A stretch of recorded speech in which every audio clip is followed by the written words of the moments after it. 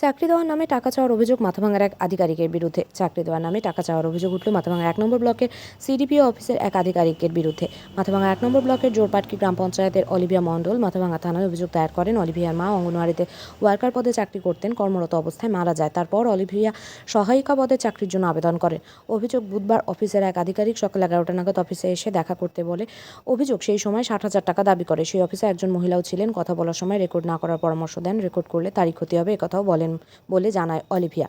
যদিও এই আধিকারিক সমস্ত অভিযোগ অস্বীকার করেন। তিনি বলেন, ইনকাম সার্টিফিকেট ইনকাম মেনশন করা ছিল, তাই তাকে বলা হয়েছে মিনিমাম বছরে 60,000 টাকা ইনকাম মেনশন করতে। তিনি কোনো টাকা চাননি, তার বিরুদ্ধে মিথ্যে অভিযোগ করা হচ্ছে। আমার মা চাকরিরত অবস্থায় মারা যায় গত 19শে ফেব্রুয়ারি 2024-এ।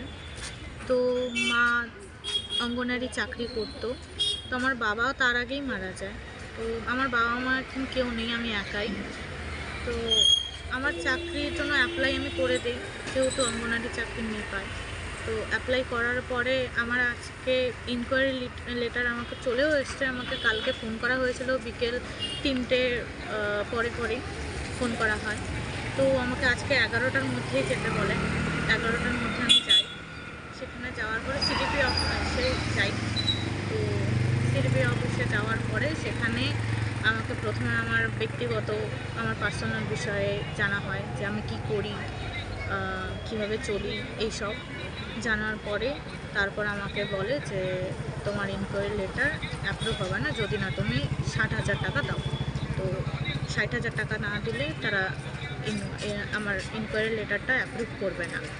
তো আমাকে অনেকভাবে হুমকিও দেওয়া হয় যাতে আমি এই সব কথা কাউকে না বলি, আমি যাতে রেকর্ডিং কিছু না করি, অনেক কিছুভাবে বলা হয়। তো তার জন্য আমি এখন মাথাভাঙ্গা পুলিশ স্টেশনে এফআইআর দায়ের করি। আচ্ছা, এই যে হুমকিটা দিয়েছে, চাকরির টাকা চেয়েছে, উনি কে? ওনার নাম সম্ভবত উজ্জ্বল নন্দী। উনি কি কাজ করে? তার সাথে একজন মহিলাও ইনভলভ ছিল। উজ্জ্বল নন্দী সেই আইসিডিএস ডিপার্টমেন্টেই থাকে, আধিকারিক। আচ্ছা, আর যিনি মহিলা উনি একজন ওয়ার্কার, আইসিডিএস ওয়ার্কার। উনি আইসিডিসি এর ওয়ার্কার, যে মহিলা সঙ্গে ছিল। মানে কি বলে হুমকি দেওয়া হয়েছে? আমাকে বলেছিল যে তুমি যদি 60,000 টাকা না দাও তো তোমার কাজ এত সহজে এগোবে না। আর যদি তুমি এইসব কথা যদি কারোর কাছে যদি বলো তাহলে তো আমাদের কাছে চলে আসবে, সেটা তুমি বুঝে নাও তুমি কি করবা। এরকম করে আমাকে হুমকি দেওয়া হয়, সেটা ইনডাইরেক্টলি হুমকিটা দেওয়া হয়। আচ্ছা, সেই হুমকিটা কি তুমি রেকর্ড করেছো? হ্যাঁ, আমার রেকর্ড করা আছে।